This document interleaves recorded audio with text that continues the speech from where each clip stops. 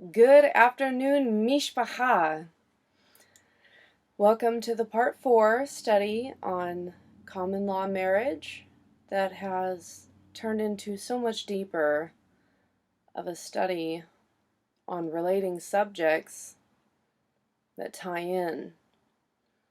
It's amazing because originally when I was going to start working on this video preparation, I was thinking to break down verse 11 in 1 Corinthians, and then in a part 5 break down verse 15.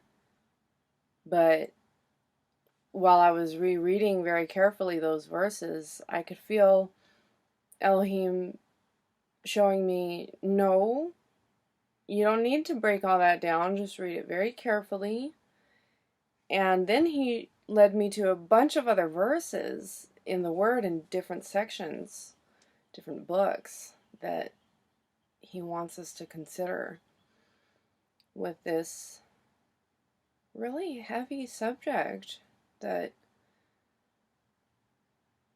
can make or break our walk with him.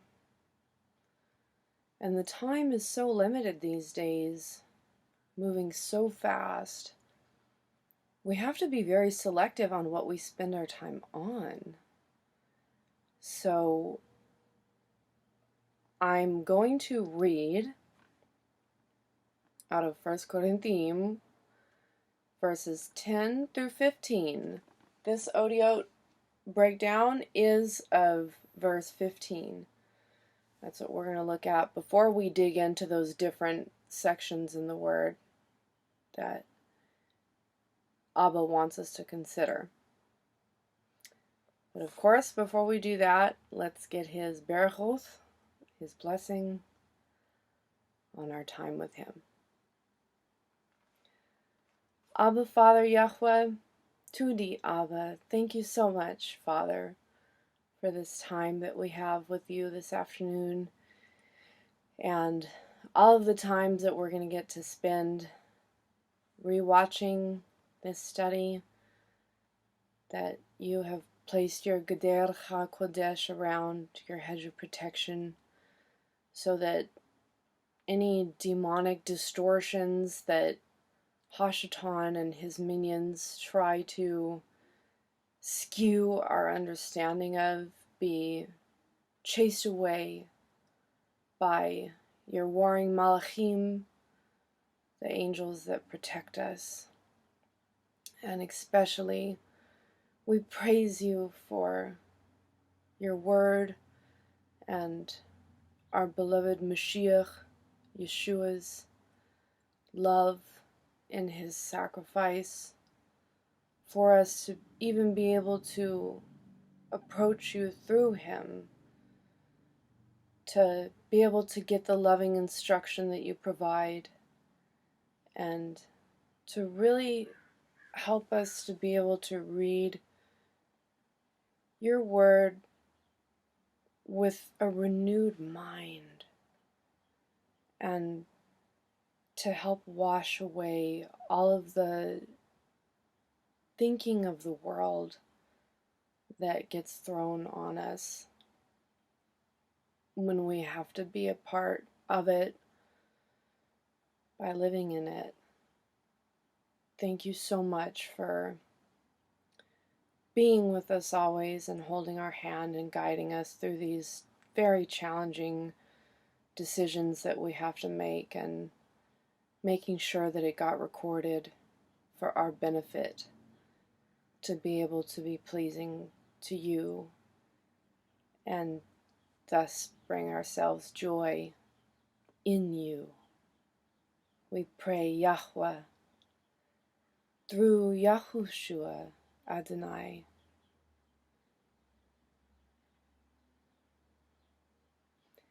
I wanted to share too how I had mentioned in my part 3 that lately in my prayers I don't really say Amen that much anymore either, because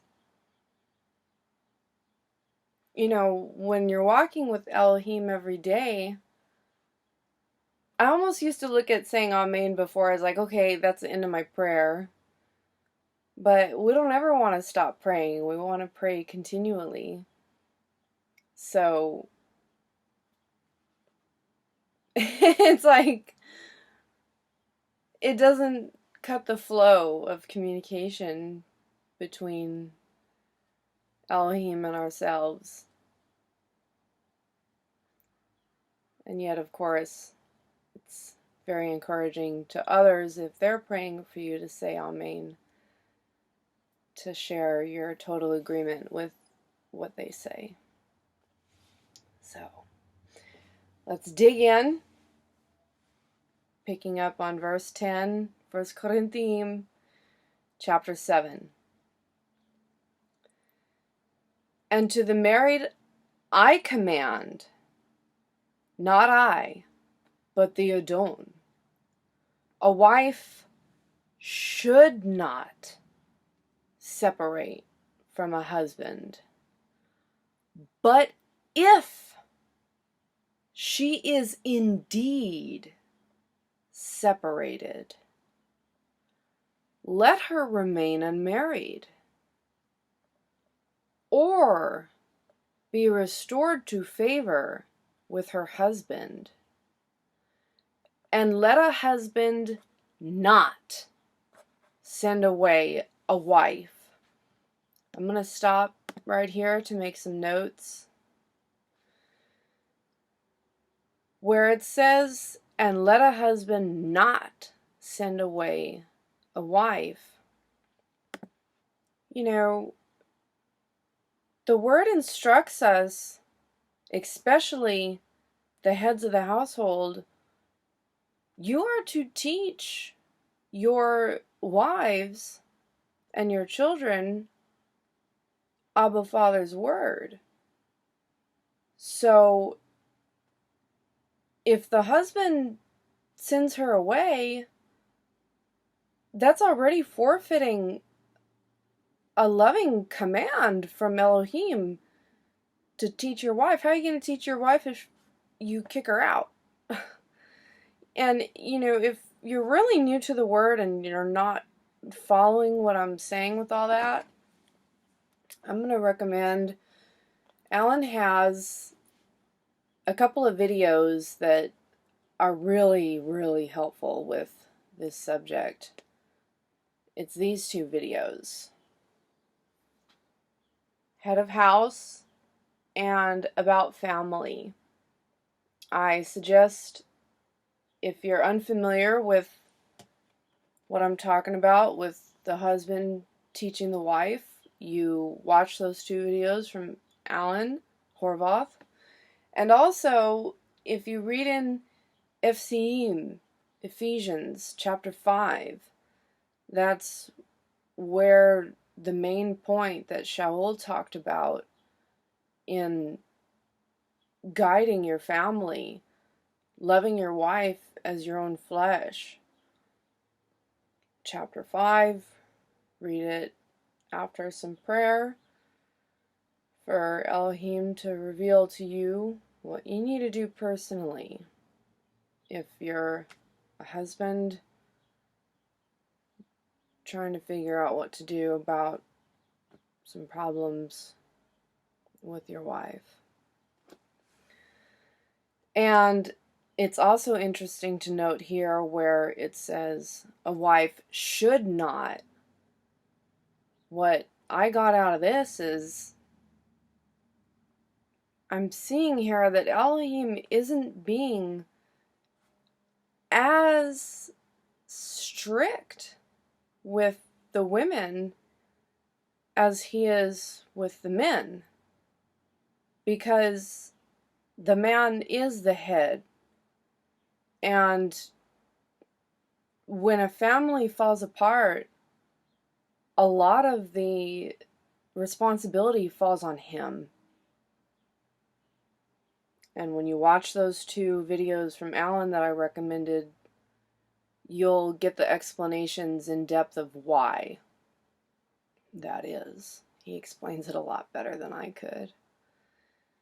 And also, to note, probably 99% of the time, the man is stronger than the woman. I mean, even, the way that we're created physically, men have a stronger muscular build than women. It's in their genes. So if the woman is being abused physically by the man, she has more chance of really detrimental injury than if the woman flips out and loses control and slaps her husband. It'll sting for a second, but it's very unlikely she would be able to injure him, unless she's using weapons more than what he could injure her with his bare hands. So I also felt Elohim bringing that to my mind when I was really working on understanding what Shaul was getting at here. So to move on, verse 12, and to the rest I say, not the Adon. If any brother has an unbelieving wife, and she thinks well to live with him, let him not send her away. And a woman who has an unbelieving husband, and he thinks well to live with her, let her not send him away. For the unbelieving husband has been kadosh in the wife, and the unbelieving wife has been kadosh in the husband. Otherwise, your children would be unclean, but now they are kodesh. Here's another video I'm going to recommend from Alan, highly suggesting here, because if you're new to all this kind of Otiot study and the Hallelujah scriptures, you probably don't know in depth what kadosh means. This top video right here, what is kodesh? What is holy? That is an excellent video to help tie together what Shaul is saying here and weighing it on what I had recommended to really consider, along with that video that Alan made about the book of Haggai. Remember verse 4 out of the book of Haggai, where Yahudah was saying, here my temple is being left in ruin while you work on your own house, adorning your own outer being.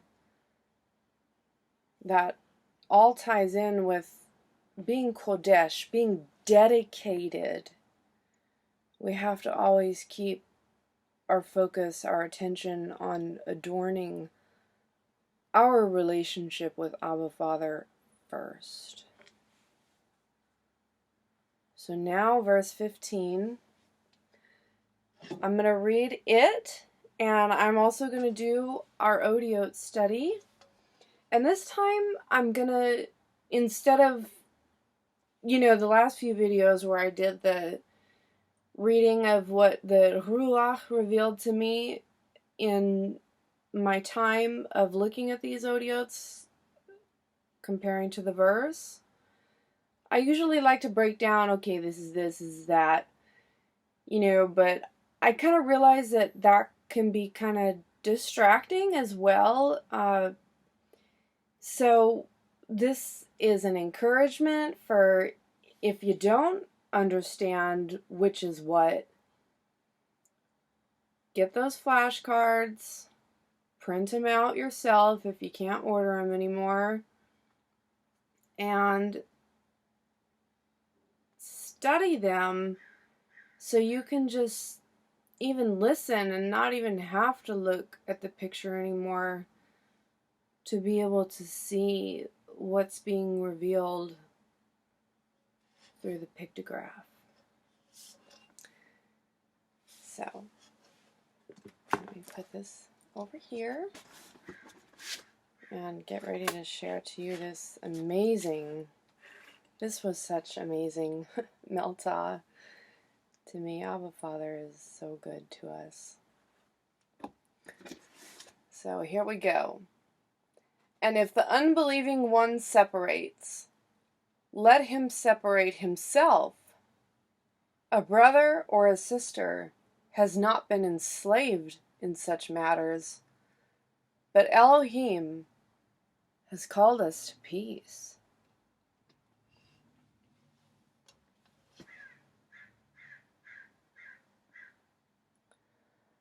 Although the unbelieving, by their behavior, the unbelieving mate is granted salvation through their union with the Kodashim. If the chaos is too great for the Kodashim to successfully pitch their tent with Elohim, Yahweh will do his work in removing the inward-only believer. Through this separation, Abba Father yokes the Kodashim to himself, unyoking the bad seed from the good seed, securing their cleansing from his teachings, repurchasing this one in Yeshua's blood, by casting away the work of the bad seed in their life. Line 2. Now, Abba Father is their headship, bringing back their strength in his mightiness, being with Yahweh, guided by his bane, Yeshua. He blows his ruach in us as we become filled with his thoughts. We are now his pair, as he has cast away what once had us on the edge, our thoughts separate from him. Now, as our new headship, securing our ruach with him in the division we have just experienced. Line 3. Yahweh secures our worship in ruach, protecting our high, our everlasting life, because we belong to him.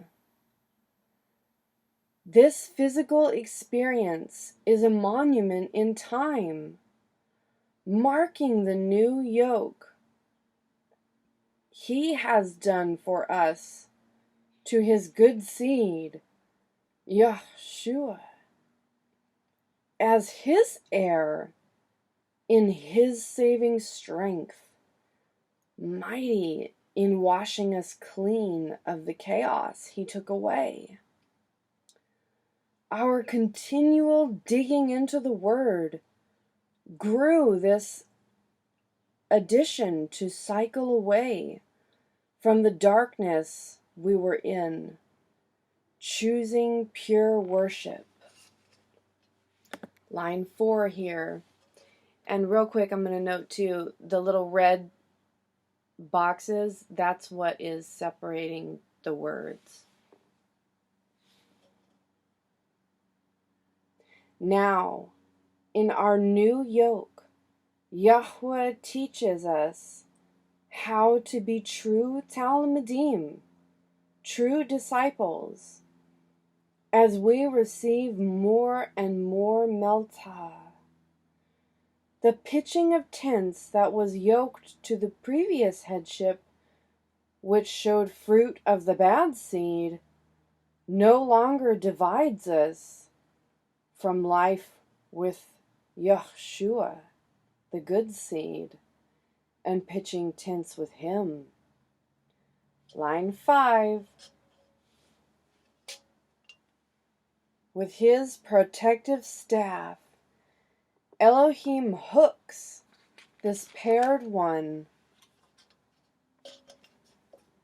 away in an unyoking, steering them away, washing the chaos even more. In this time of new headship, it becomes more clear to us as the light gets brighter, and we learn more from the unstoppable motion of Yahuwah's added strength. Line 6. We are in awe of him, receiving new breath from this new yoke, and experience peace in the purity of our new walk.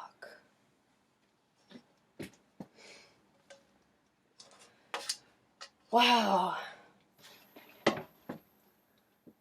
That new breath that we experience, I'm speaking from experience here. Being separated from my Ish, like I said, is still painful for me, and I would say it's up there in one of the top most painful things I've ever gone through in my life. And yet I'm still happier, not only because I'm walking with Elohim now and I know I'm yoked to Elohim, but I'm able to do this work that he gave me as a gift.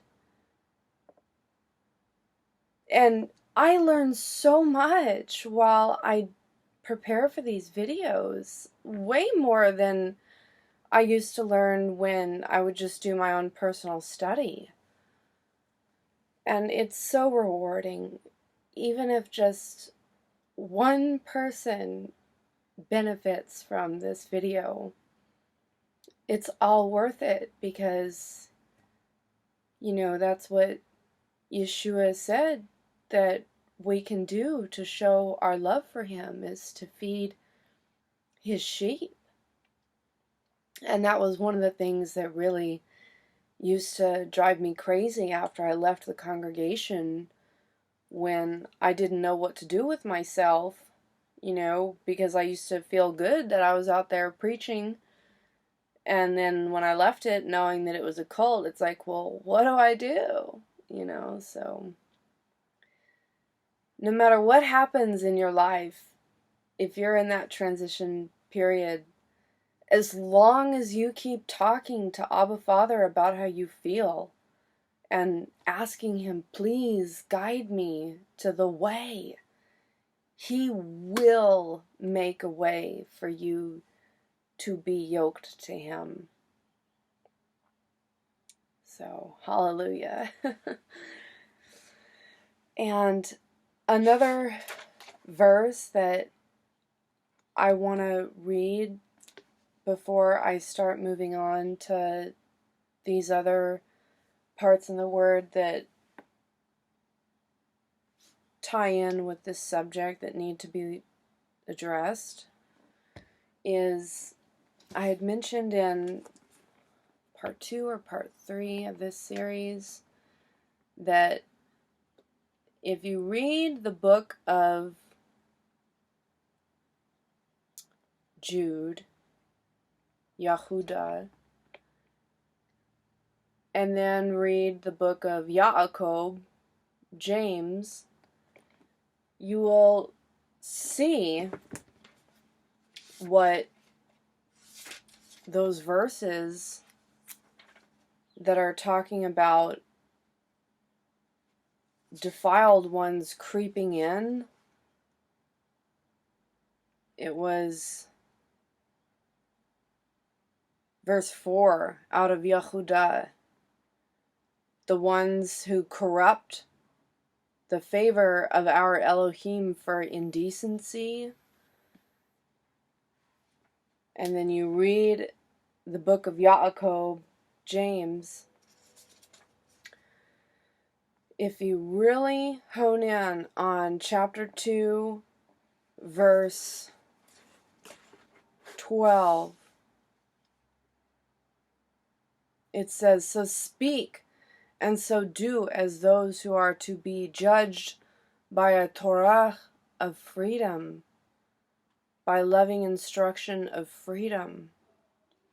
So if you're yoked to someone who is corrupting your walk with Elohim, and you're walking by a Torah of freedom, that's really saying you're walking in love. Is it loving to the person that you're with? If you're putting up with their errors? There's a video, I didn't pull it up, but it's from Alan Horvath called "Love the Sinner, Hate the Sin." Watch that video and you will see exactly what I'm talking about. If we continually put up with something that someone is doing that's not okay with Elohim, that's condoning it, saying that it's okay. But if we put our foot down and walk away, that makes a huge stance to that person that this is not okay, it has to change. So it's much more loving to do that than to put up with it and say, "Oh, it's okay, I love you." Is that real love? It's kind of like enabling. So watch that video so you can really dig deeper into that subject as well. So, also a point where the Kohanim, the priests, in the time of Ezra, I'm going to read out of that book, chapter 10, verses 10 through 19. The Israelites were instructed to put away their foreign wives. Just like today, if we're unevenly yoked. And Ezra the Kohen stood up and said to them, You have trespassed and have taken foreign women, adding to the guilt of Israel. And now make confession to Yahudah, Elohim of your fathers, and do his desire, and separate yourselves from the peoples of the land and from the foreign women. And all the assembly answered and said with a loud voice, Right, it is upon us to do according to your word. But the people are many, and it is the season of showers of rain, and we are not able to stand outside, and the work not of 1 or 2 days, for we have greatly transgressed in this matter. Please, let the leaders of all the assembly stand, and let all those in our cities who have taken foreign women come at appointed times together with the elders and judges of their cities, until the burning wrath of our Elohim is turned away from us in this matter. Only Jonathan, son of Asahel, and Yahzeiah, son of Tikwa, opposed this, and Meshulam and Shabbethai and the Levite gave them support. Then the sons of the exile did so, and Ezra the Kohen, with certain heads of the fathers, were separated by the fathers, each of them by name. And they sat down on the first day of the 10th month to examine the matter. And they finished with all the men who had taken foreign women by the first day of the first month. And among the sons of the Kohanim who had taken foreign women were found of the sons of Yeshua, son of Yotzadak, and his brothers Maaseiah, and Eliezer, and Yarib, and Gedaliah. And they gave their hand to put away their wives.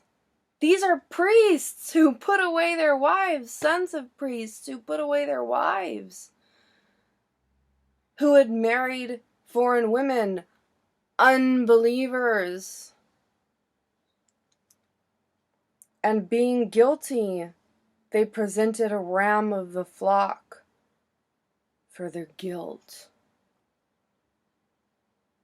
A ram is a very large animal, very large guilt. And also, we look at King Solomon. He had his downfall. The richest, wisest man had his downfall from marrying unbelievers.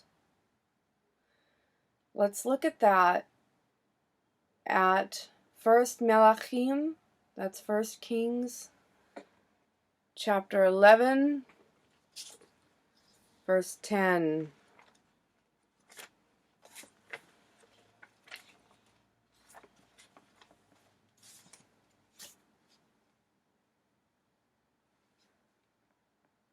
Actually, not just verse 10. This is 1 through 10. And sovereign Shlomo loved many foreign women in addition to the daughter of Pharaoh, Moabite, Ammonite, Edomite, Sidonian, and Hittite women, from the nations of whom Yahudah had said to the children of Israel, "You do not go into them, and they do not go into you, for they shall certainly turn away your hearts after their mighty ones." Don't ever think that you're immune to being taken away from Yahudah, no matter how much you love him. Shlomo clung to these in love. We're at risk for doing that too because of our imperfection at this present time. And he had 700 wives, princesses, and 300 concubines, and his wives turned away his heart. And it came to be, when Shlomo was old, that his wives turned away his heart after other mighty ones, after other gods. And his heart was not perfect with Yahudah, his Elohim, as was the heart of his father David, King David. And Shlomo went after Ashtoreth, the mighty one of the Sidonians, and after Milcom, the abomination of the Ammonites. Thus Shlomo did evil in the eyes of Yahudah, and did not follow Yahudah completely, like his father David. Then Shlomo built a high place for Chemosh, the abomination of Moab, on the hill that is east of Yerushalayim, and for Molech, the abomination of the children of Ammon. And so he did for all his foreign wives, who burned incense and slaughtered to their mighty ones. Therefore Yahudah was enraged with Shlomo, because his heart had turned away from Yahudah Elohim of Yisrael, who had appeared to him twice, and had commanded him concerning this word, not to go after other mighty ones. But he did not guard what Yahudah had commanded.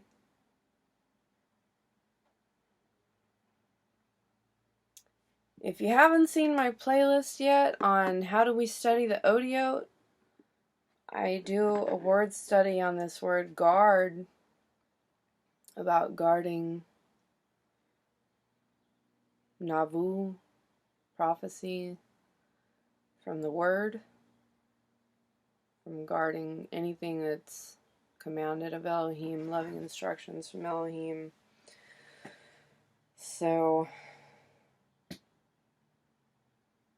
this is really something to keep a matter of prayer. If you're yoked to someone, are you doing abominable practices before Yahudah by being with this person? Alan's also got a video on abomination. If you type in Alan Horvath, abomination, he breaks that word down very well for you to also keep as a matter of prayer before Elohim. So, we also need to consider certificates of divorce. To do that, let's go over to Debarim, that's Deuteronomy 24, verses 1 through 4. When a man takes a wife and shall marry her, then it shall be, if she finds no favor in his eyes, because he has found a matter of shamefulness in her, and he shall write her a certificate of divorce, and put it in her hand, and send her out of his house.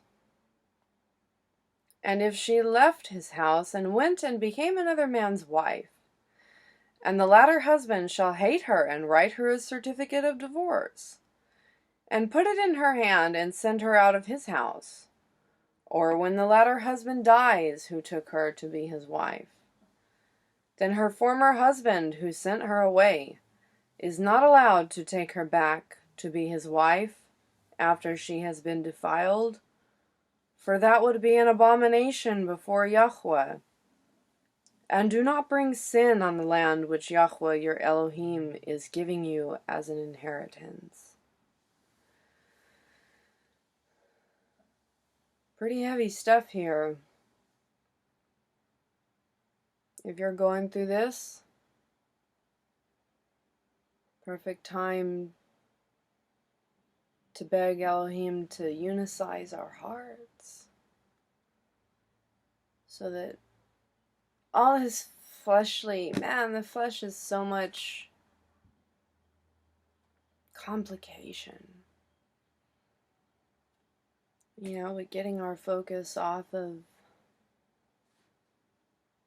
the pressure of the world to be, sexy and pleasing to the eyes of other people, gratification of the flesh. The more we're in the Word, the less we're going to care about all that stuff. And I'm going to read a verse coming up soon, well, actually a few verses out of the book of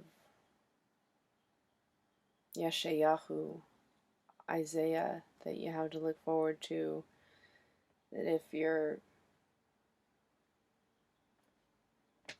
in this kind of a situation, We receive comfort in Elohim that He becomes our husbandly owner.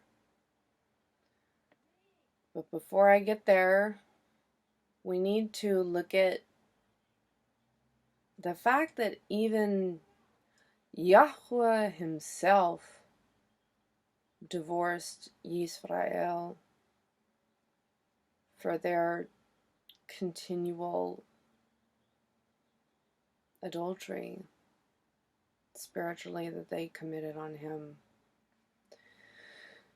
So we can see that from Yirmeyahu, that's Jeremiah,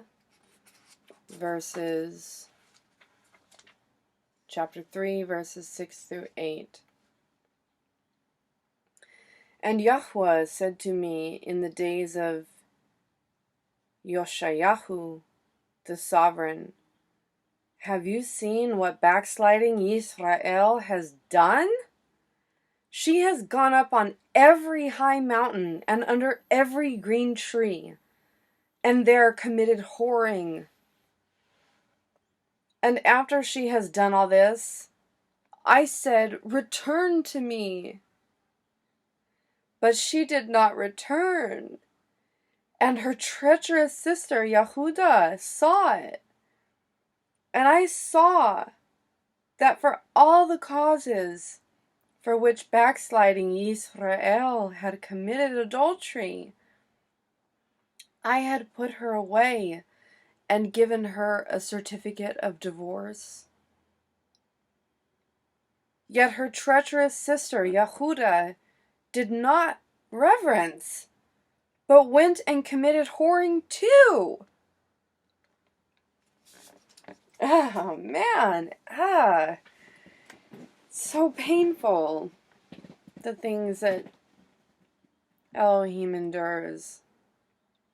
And when we have His Ruach,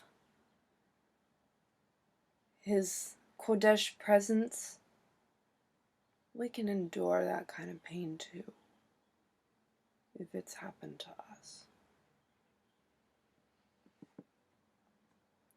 So, even though Yahudah divorced his wife Yisrael, He hates divorce. I'm sure you've thought about that scripture by now if you're familiar with the word. And we look at that in Mel'aki, chapter 2. I'm going to read verses 8 through 17.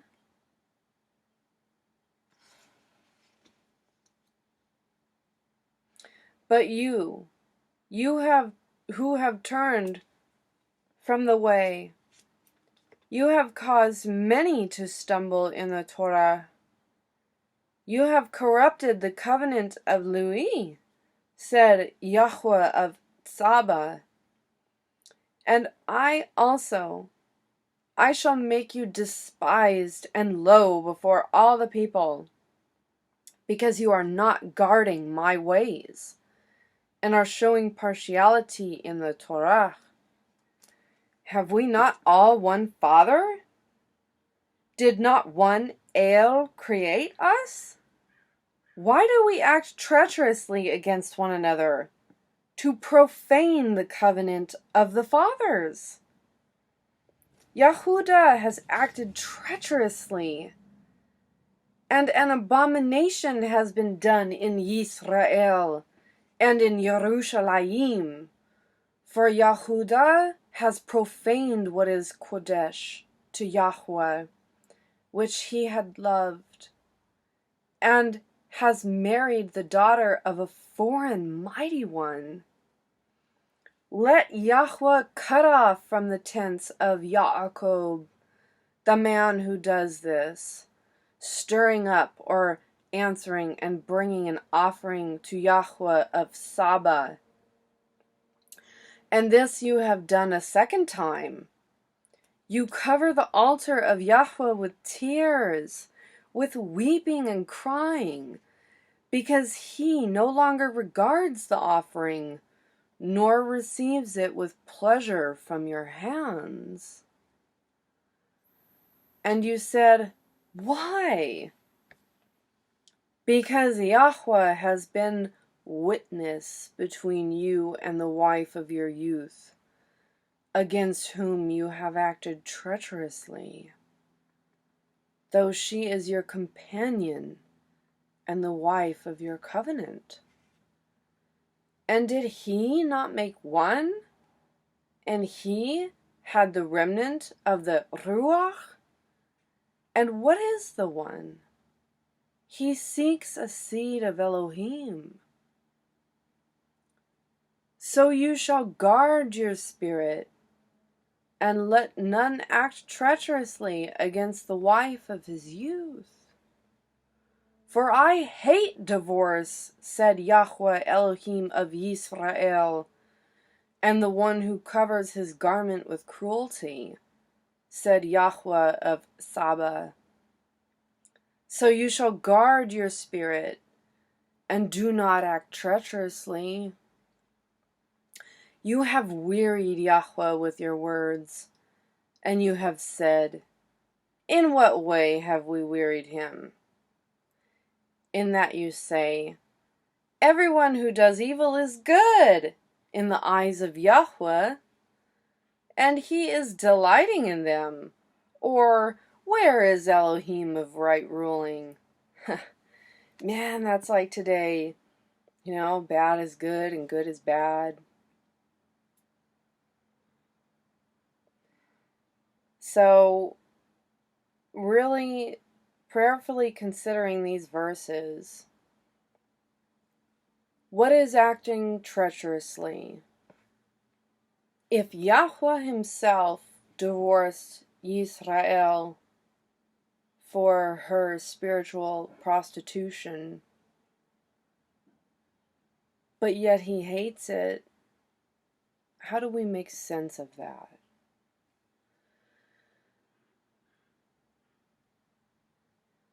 I'm going to recommend another video. It might even be helpful if you pause right now and go watch this video and then come back to this one. I have it right here, 2017 Rapture Update from Alan Horvath. He talks about the time of Yaakov's trouble, the time of Jacob's trouble during the Great Tribulation. And when Elohim divorced Yisrael, he put her away, but he didn't indefinitely cut her off. So, if we divorce someone, it's not to just go and rush into another relationship. We are to, if we separate from someone who is detrimental to our walk with Elohim, we are to focus on our relationship. It is to become Ehad, one with Elohim, not Ehad, one with someone else. And we look to restore that relationship with that person, to not act treacherously. If we see that we can reunite with that person in a union with Elohim, that threefold cord that can't be quickly torn apart, that the book of Ecclesiastes talks about, that's how we have an honorable relationship, a marriage type of relationship before Abba Father. And if not, we need to be married to Abba Father. That's how Yahweh doesn't act treacherously with his wife. He will restore his wife in the time of Yaakov's trouble. When she finally recognizes that Yeshua is her Mashiach, they're reunited again. They're Ehad, one again. That's going to be such a joyful time for all of us, as Gentiles. When Yisrael is Baruch, blessed, then we are Baruch. I mean, they're not Baruch right now, and we are. Imagine how much more so we will be when Yisrael is restored to Yahweh as his wife. So when Yahweh divorced, it's a temporary divorcing. It's a putting his foot down to sin. That's how he's loving his wife. He is rebuking her sin.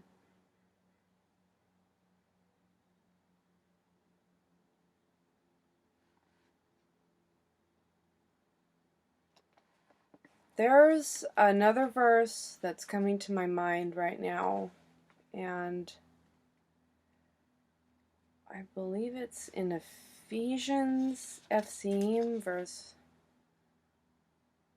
11, chapter 5. It says, "And have no fellowship with the fruitless works of darkness, but rather reprove them." Can you have fellowship with your mate and reprove them at the same time if they're continuously choosing to act in sin when they know better? Yahweh didn't. If we are to be imitators of our Elohim,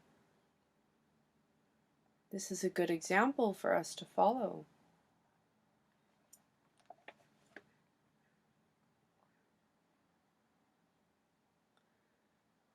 So, I'm going to start recommending some more videos as well from Alan that will help to deepen your understanding of all of this subject that I'm getting into right now.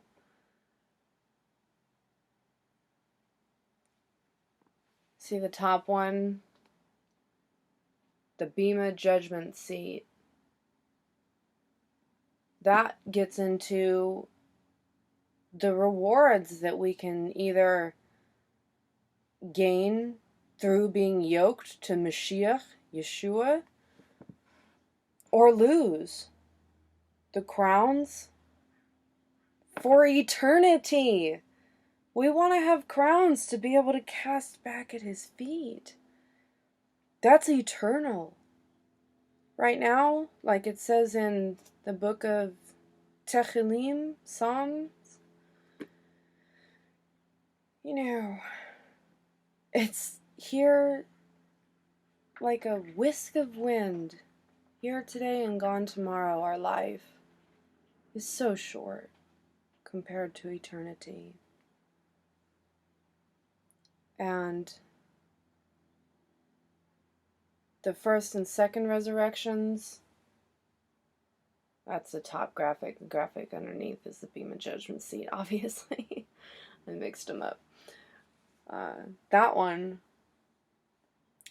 it goes in deeper to the Bema Judgment Seat study, of course, and helps us to understand the different categories of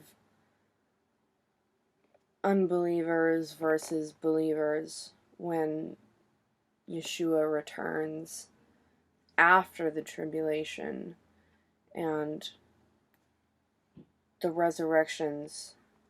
What category are we going to fit into? Are we going to be a part of the first resurrection who are to high to everlasting life and joy, chedwa, with Elohim? Or are we going to be put in the outer darkness, complete and total separation from Elohim by our choices? He doesn't send anyone to hell if they haven't chosen it by their actions. So if we don't submit to him as headship now, and continually don't until the time's up,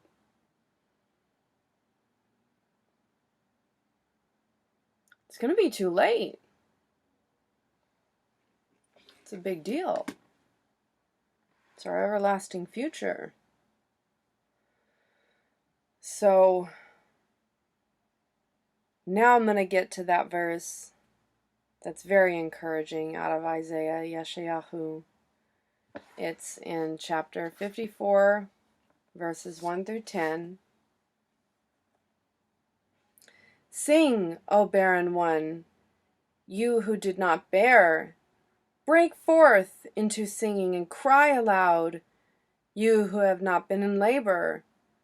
For the children of the deserted one are more than the children of the married woman, said Yahweh. Enlarge the place of your tent, and let them stretch out the curtains of your dwellings. Spare not, lengthen your cords, and strengthen your stakes. For you shall break forth to the right and to the left, and your seed inherit the nations, and make the deserted cities inhabited. Do not fear, for you shall not be put to shame, nor hurt.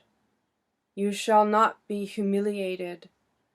For the shame of your youth you shall forget, and not remember the reproach of your widowhood any more. For your Maker is your husband. Yahudah of Saba is his name, and the Kadosh one of Yisrael is your Redeemer. He is called the Elohim of all the earth. For Yahweh has called you like a woman forsaken and grieved in Ruach, like a wife of youth when you were refused, declares your Elohim. For a little while I have forsaken you, but with great compassion I shall gather you. In an overflow of wrath I hid my face from you for a moment. But with everlasting kindness I shall have compassion on you, said Yahweh your Redeemer. For this is the waters of Noach to me, in that I have sworn that the waters of Noach would never again cover the earth. So I have sworn not to be wroth with you, nor rebuke you. For though the mountains be removed, and the hills be shaken, my kindness is not removed from you, nor is my covenant of peace shaken, said Yahweh, who has compassion on you.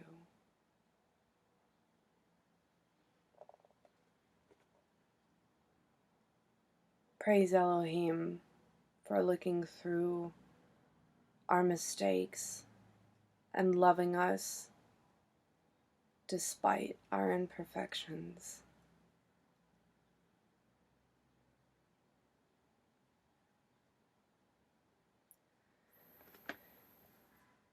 So, my last point is that I wanted to tie in with the video 1 about when Yishmael was instructed by Avraham that Yishmael respected his father as well by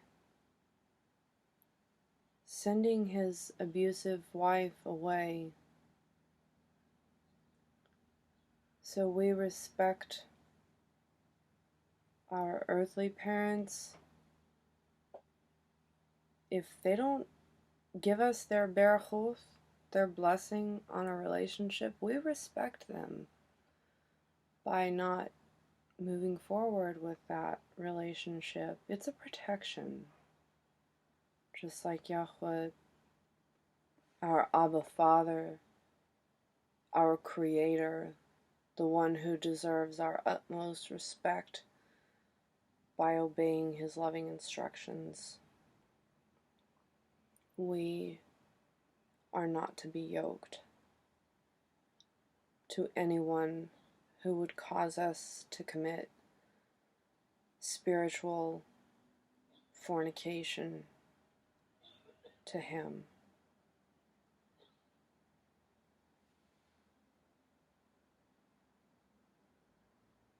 You might wonder, well, how do we do this if we're coming out of the world? We do it by renewing our minds in the Word. Elohim does it for us. So, the last video that I'm going to recommend you watch before we close is The Renewing of Your Mind from Alan Horvath, the graphic with the butterfly.